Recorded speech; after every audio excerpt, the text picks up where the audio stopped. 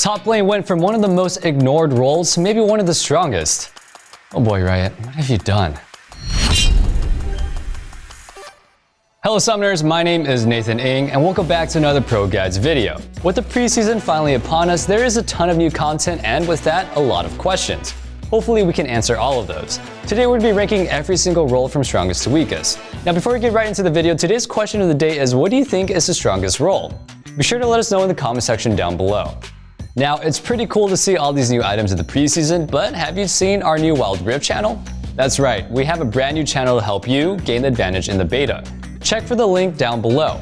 Now let's hop right into the video. Ah yes, we finally have the preseason and with it some pretty crazy changes. We're all currently trying to wrap our heads around some crazy amount of new items, so be sure to remember that these lists are pretty subjective and still just our opinions. Speaking of opinions, we really want to hear yours. What role do you think is going to be extremely broken this season? These rankings will be based on our current idea about the current state of the game, so yeah, be warned, it can be fairly tentative. Nonetheless, we're going to be tackling our rankings based off of 3 divisions: low elo, high elo, and pro play. For low elo, we'll be talking about iron all the way to plat. We know gold to plat is technically mid elo, but for simplicity and understanding purposes, we're going to be grouping them into one. For high elo, we're going to be talking about diamond all the way to high challenger. And finally, pro play is pro play. Now let's go ahead and jump into our rankings. Starting off with the low elo, at number 1 we have top lane. Top lane in this elo is extremely powerful as not many people know how to properly deal with the fed top laner. As a fed top laner, you can decide to constantly split push and then be a massive nuisance to the enemy since they'll be sending multiple people to kill you, or you can shove in waves and then use the power that you gain from the laning phase to absolutely demolish team fights. Regardless, you're a force to be reckoned with. This playstyle along with some new items put bruisers on the top of our list for the champions that are going to be fairly abusable in this role. Bruisers include champions like Fiora, Camille, and Aatrox. For our second place spot, we've got the mid lane. Mid lane has always been an extremely powerful lane, and this is even more apparent in low elo. As a mid laner, you're quite literally the center of the map, which means you can impact all the other roles, almost like you were the jungler. Along with all of this, mid lane at the moment is extremely assassin focused with all the new items, which means that you can snowball your lead incredibly hard and easily 1v9 games due to how strong you can get. Nonetheless, mid can dictate a lot of power in low elo since no one really knows how to punish your roams, or they may not even know you left until they see the double kill bot lane. Champions that excel in this playstyle and the new items include Zed, Katarina, and Fizz. Next up for our number 3 spot, we've got the jungle.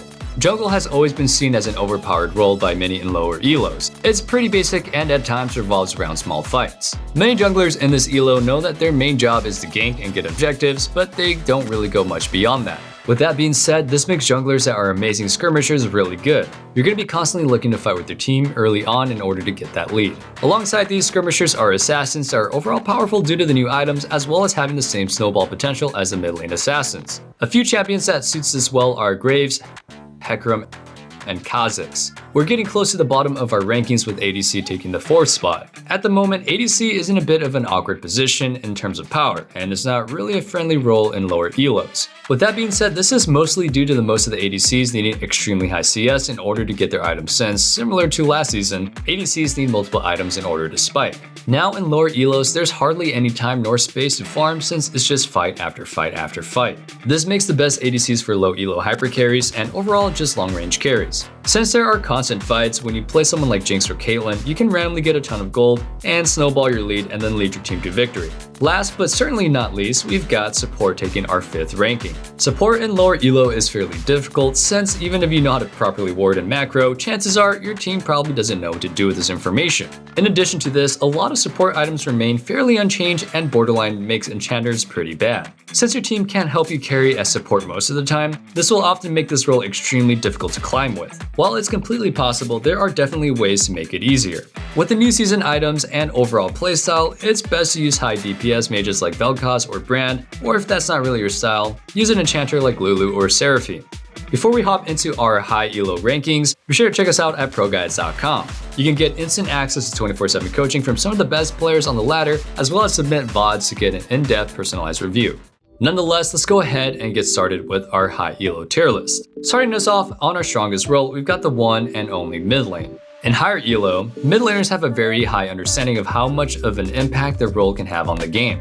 Alongside this, they have a much greater concept about how to reduce the amount that they lose every time they roam, and not to mention that their mechanical skill is pretty top-notch, which pairs well with the current mid lane meta of high skill ceiling champions. In high elo, mid lane will still be primarily assassin focused due to the new preseason items. And that being said, they'll be able to pull off more roams and invades as well as snowball a lot harder since they know how to push their lead. Champions that pair well with this type of playstyle in high elo are Zed, Fizz, and Echo. For our only second place ranking, we've got the one and only notoriously famous Jungle. For many players in high elo, the phrase jungle diff is one heard and commonly said, and for good reason. Jungle in high elo is a completely different monster and requires a ton more dedication to the role as there's a lot to focus on. This role has the ability to turn the tides of the game by smite stealing an objective or even just doing the most basic macro mechanic of just ganking. Regardless, jungle is extremely powerful in the right hands, especially with the meta being assassins and early skirmishers. For this playstyle, champions like Graves, Kha'Zix, Lilia,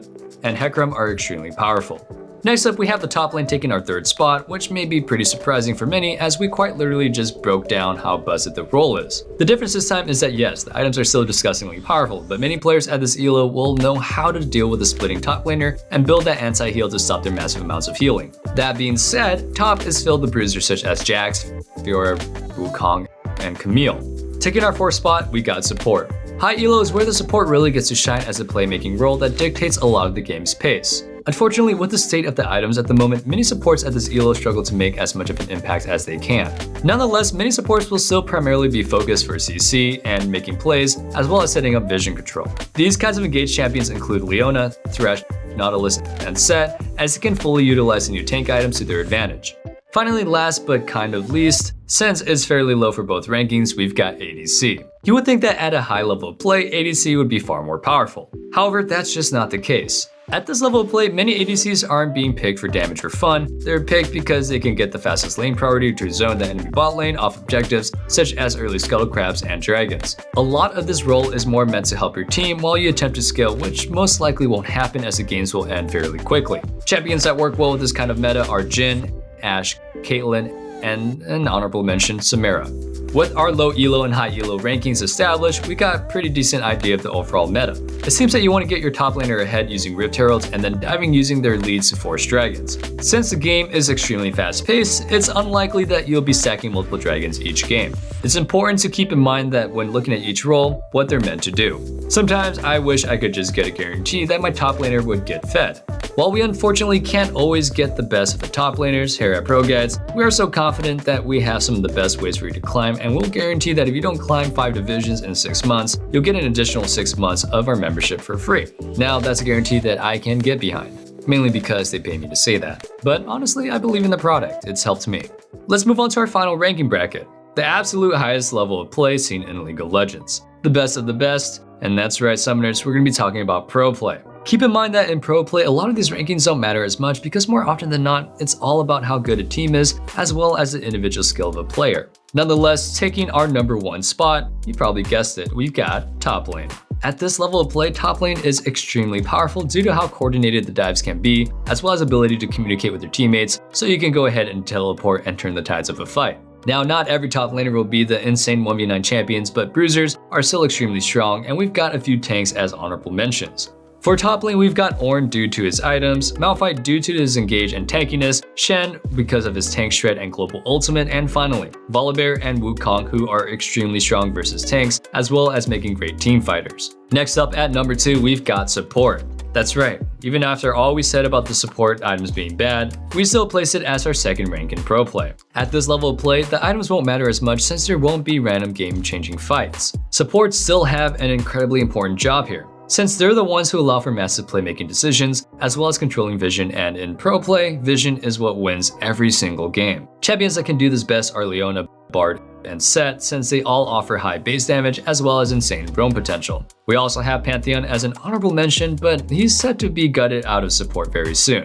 For our third ranking place, we've got the mid lane. Mid lane in Pro Play is extremely important as it's what determines if your jungler gets to play the game. At this level of play, mid is all about getting wave priority for rotations and better recalls. Not to mention that a lot of junglers and mid laners skirmish constantly with a 2v2, so champions that can be best at both of these are ones like Cassiopeia, Ryze, Sylas, Lucian, and Echo. As many of you guys expected, ADC takes out 4th place. At a high level of play, ADC is fairly stable and enjoyable as you're allowed to take your time to scale since your team won't randomly just start fights without you. With that being said, most of the time your team is going to attempt to be proactive rather than wait for your items, and it's your best interest to help them out. That means as an ADC, you're going to be looking to provide high lane priority as well as utility to your team. This is best found in champions such as Jhin, Ashe, Caitlyn, and an honorable mention, Xayah. With the new items, many of these champions will change slightly, which is why we decided that Xayah may be creeping in the wings waiting to finally make her big debut again. Now, our last ranking may be a surprise to many of you. Coming at our final and weakest role in pro play, we've got jungle. Jungle in pro play is extremely important as they're the ones that can help losing lanes, put the enemy jungler behind, and even make crazy Elder Dragons steal. Regardless, the jungle is seen as a secondary support in most cases and tends to give all the resources to their team. These kinds of junglers are working to get their team ahead as an investment, and since this is pro play, they can more often than not count on their teammates to carry them for it. This makes junglers that skirmish well and are self-sufficient extremely powerful. Examples of these kinds of champions include Lilia, Graves, Kindred, and as our final honorable mention, Kha'Zix. That concludes our rankings and video. Don't forget to join our ProGuides family at ProGuides.com or through our Discord with the link down below. We offer exclusive giveaways and classes that you won't catch anywhere else, so go ahead and stay tuned. Nonetheless, thank you so much for watching, and don't forget to like, comment, and subscribe, as well as ring that notification bell. We'll see you in the next video. Don't forget to stay safe, stay healthy, and have a wonderful day. Peace.